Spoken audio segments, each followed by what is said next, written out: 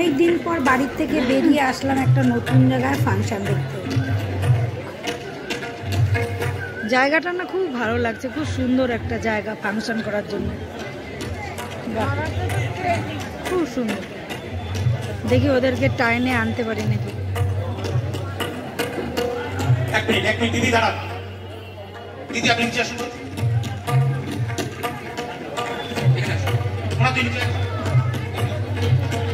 Function আর ওইদিকে কালো মেঘ, হায় ভগবান কি অবস্থা।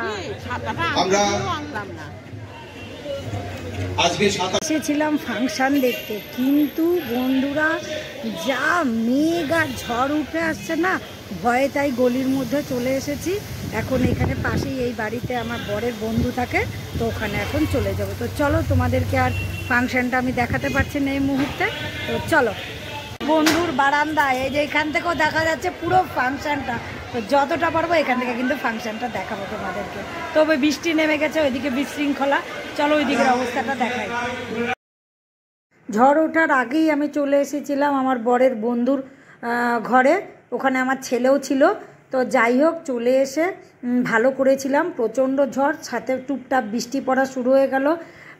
ওই ফাংশানের ওই জায়গাটায় তখন বিশৃঙ্খলা লেগে গেছে, সবাই দৌড়াদৌড়ি করছে। আমি তার আগেই চলে এসেছি। আমি ওই ব্যালকনির থেকে তোমাদেরকে ভিডিওটা করে দেখাচ্ছি। তো খুবই খারাপ লাগছে যে সবাই এত উদ্যোগ নিয়ে এতদিন ধরে রিহার্সাল দিল, এই প্রোগ্রামটা শুরু হবে মানে হওয়ার ঠিক আগ মুহূর্তে এসে ফাংশানটা একদম ভেস্তে গেল। তো বন্ধুরা খুবই খারাপ লাগছে। আমিও বাড়ির থেকে বেশি বার হই না, এই সুযোগে একটু ফাংশান দেখবো বলে ছেলেকে নিয়ে বেরিয়েছিলাম। ছেলে এসেছিল আমার বরের বন্ধুর কাছে একটা দরকারে।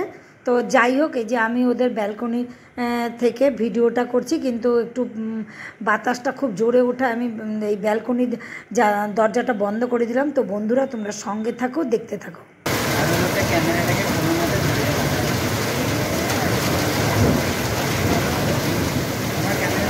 গিটার করার পর কুকুরটাকে নিয়ে প্রচুর সময় কাটে। তো যখনই কবিতা পড়ে তখনই কুকুরটা গিয়ে সুন্দর যেখানেই দৌড়াদৌড়ি করুক না কেন এসে ঠিক পাশে বসে যাবে। তো সেটাই আমাদের দেখালো। আমাদের কিছু গান গিয়েছিল, আমরা সারা দিচ্ছিলাম নির্বাক, চৈতন্য চলে যাচ্ছিল কালো চশমা পরে, তোমার দিকে উঠছিল পিঠেবতী। প্রচণ্ড ঝড় বৃষ্টি হয়ে এখন থেমে গেল, কিন্তু এত খারাপ অবস্থা ভেতরে যে আজকের মতো ফাংশনটা ক্যান্সেল হয়ে গেল, আবার আগামীকাল হবে। তাই জিনিসপত্র সব পাশেই রাখছে, এই যে অবস্থা। হ্যাঁ আসি, এইটাই খুলবো। তো বন্ধুরা প্রচণ্ড ঝড় বৃষ্টি শুরু হয়ে গেল। একটা ফাংশন দেখতে গেছিলাম, যে অনেক দিন পর ওখানে একটা, এটা প্রথম নাকি কি তা বলতে পারবো না, যাই হোক একটা এই মানে আমাদের কুচবিহার পুলিশ স্টেশন থেকে এটা নাকি অর্গানাইজ করছিল, শুনেছি, আমি জানি না ঠিক। যাই হোক গেছিলাম অনেক শখ নিয়ে দেখতে, যে কী গান কেমনভাবে কীভাবে হয় এটা দেখতে। কিন্তু গিয়ে দেখি সাংঘাতিক মেঘ। তখন বুঝলাম এখন ভেজা ছাড়া উপায় নেই। পাশেই ছিল আমার বরের বন্ধুর বাড়ি, সঙ্গে সঙ্গে আমি ঝোপ বুঝে কোপ মেরে দিলাম, সঙ্গে সঙ্গে আমি উঠে চলে আসলাম। ওখানে আমার ছেলে ছিল বসে, তো কিছুক্ষণ ওদের ঘরে গল্প করলাম, গল্প টল্প করে তারপরে ওখানে একটা কুকুর ছিল, ওটা নতুন কুকুর এনেছে, এই কুকুরটাকে অনেকক্ষণ আদর টাদর করলাম। যাই হোক করে টোরে তারপর হেঁটে হেঁটে ছেলের সঙ্গে বাড়ি চলে আসলাম। বাবা কি আমার অভিজ্ঞতাটা খারাপ হলো না, বেকার বেকার। নতুন যেই সালোয়ার কামিজটা পরে গেছিলাম ওটা নতুন সালোয়ার কামিজ ছিল। তো ভাবলাম কি না বাবা, এইসব নোংরা ঠোংরার মধ্যে দিয়ে আসলাম, তার মধ্যে আমাদের পাশের বড় ড্রেনের থেকে সব উঠিয়েছে নোংরা টোংরা, সেগুলো রাস্তা দিয়ে ভর্তি পড়ে আছে, ওগুলো পরিষ্কার হয়নি, ওগুলো পাড়িয়ে টাড়িয়ে আসলাম। তাই ভাবলাম এগুলো মানে নরকের সমান জামা কাপড়, হয়তো এরকম গুমুত পাড়ানো কিসের বা মাটি, এসব বড় ড্রেন দিয়ে তো সবার পেচ্ছাপ তো অবভিয়াসলি যায়, ওখানে সবার কানেকশানের সব পাইপ বড় ওই ড্রেনটার মধ্যে পড়া। তো যাই হোক জামা কাপড় সব খুলে রেখে দিলাম। এক ফাংশান দেখতে গিয়ে আমার এত জামা কাপড় কাচার জন্য রেডি হয়ে গেল। তো বন্ধুরা অনেক দিন পরই তোমাদের কাছে ভিডিও নিয়ে আসলাম।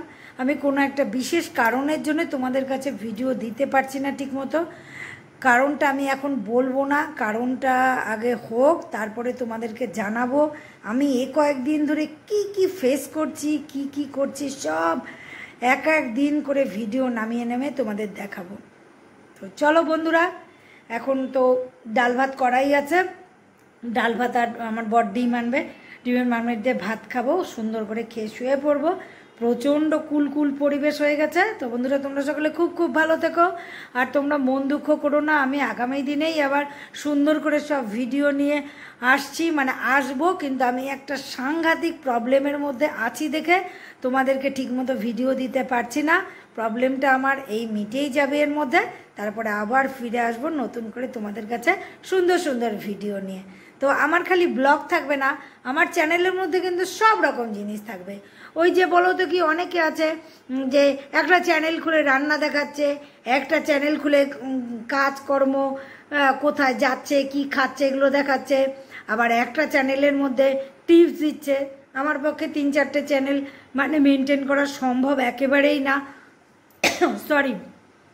সুতরাং আমার চ্যানেলের মধ্যে আসলেই তোমরা আমার কাছ থেকে সব পাবে, যেমন টিপস পাবে, রান্না বান্নাও দেখতে পারবে, আবার আমার ডেইলি দৈনন্দিন আমি জীবনে কী কী করি সেটাও তোমাদের সামনে তুলে ধরার চেষ্টা করব। তো বন্ধুরা আজকের মতো ভিডিওটা বেশি বড় করছি না, রাখি, টাটা, তোমরা সবাই খুব ভালো থেকো।